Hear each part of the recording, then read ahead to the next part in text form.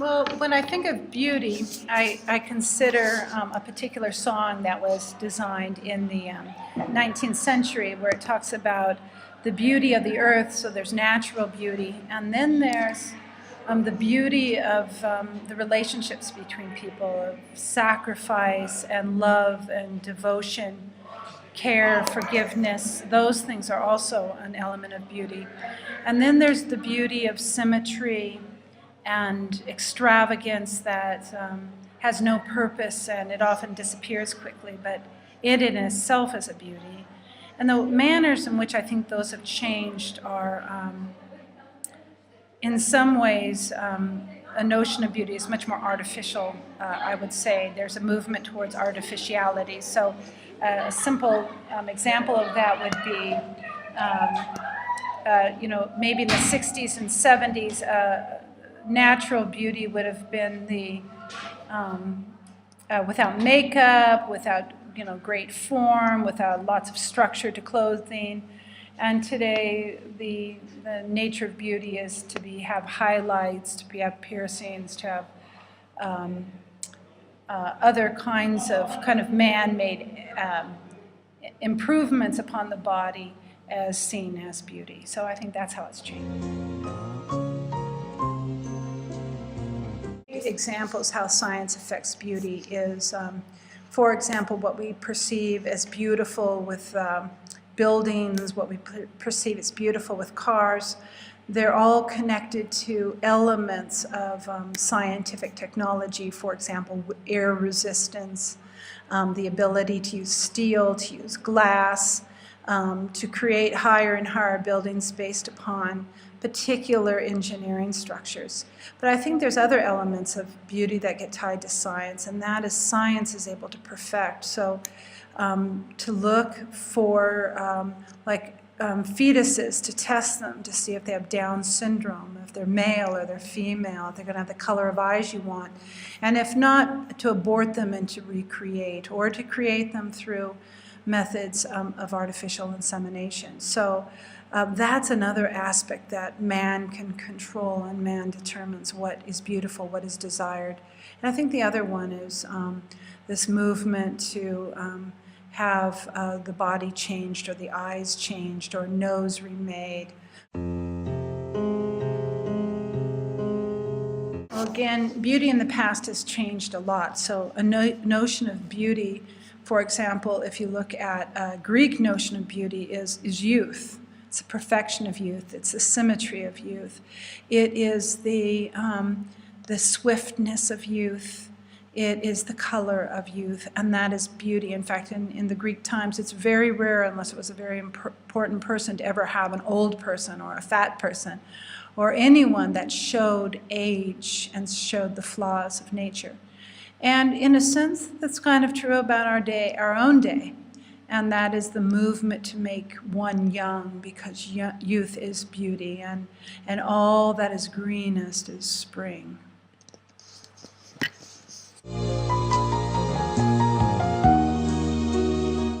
Well, I think that in some ways, beauty for men is, there's a greater or wider acceptance of beauty. That men's beauty is tied, historically to their bodies. But in light of how women perceive them, women are less, I think, concerned about men's physical beauty as really their entire personality, and their beauty comes through as part of their personality. I think women perceive that men see them superficially as beautiful, but I don't know if that is really the truth. But there seems to be, for women, to have to hold the benefits of youth constantly. So 50, 60, 70-year-old women are trying everything they can to maintain or hold on, retain whatever youth might be left of them, because youth is beauty.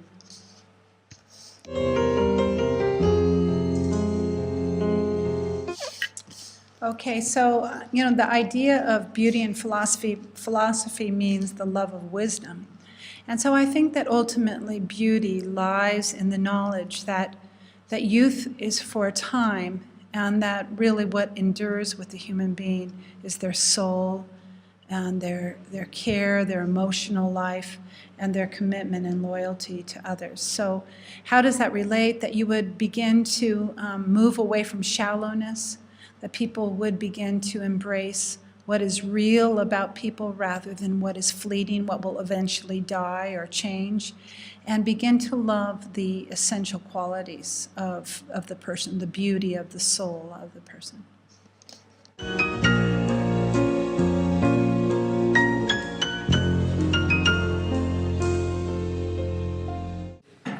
Beauty is seen through the world by the way that the social media presents it. It's changed over time because the more people express what they believe to be beauty, the more they set the standard for beauty.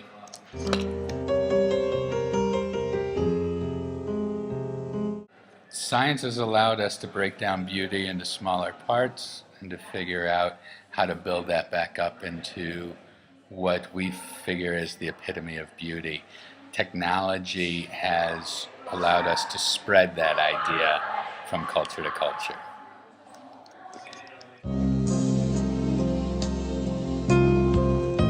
Beauty in the past and beauty in the present are very similar.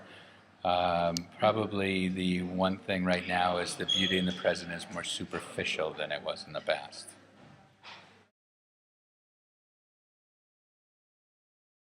Beauty is very similar between the genders.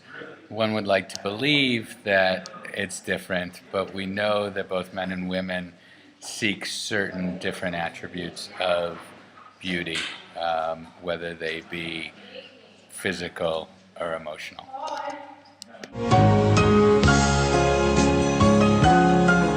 Beauty is the muse for philosophers and has always been at the center of how we think about life and how we think about love and how we think about everything that's important to us.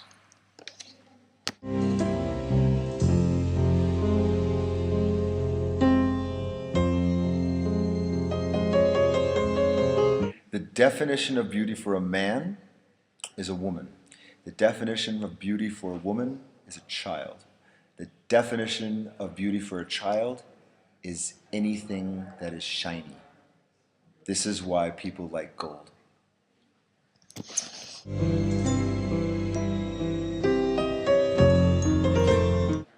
Anytime you talk about philosophy, you talk about what is perfection, like things like what is true, what is false. You're always trying to look for like a perfect thing. Well, beauty is like a perfect thing.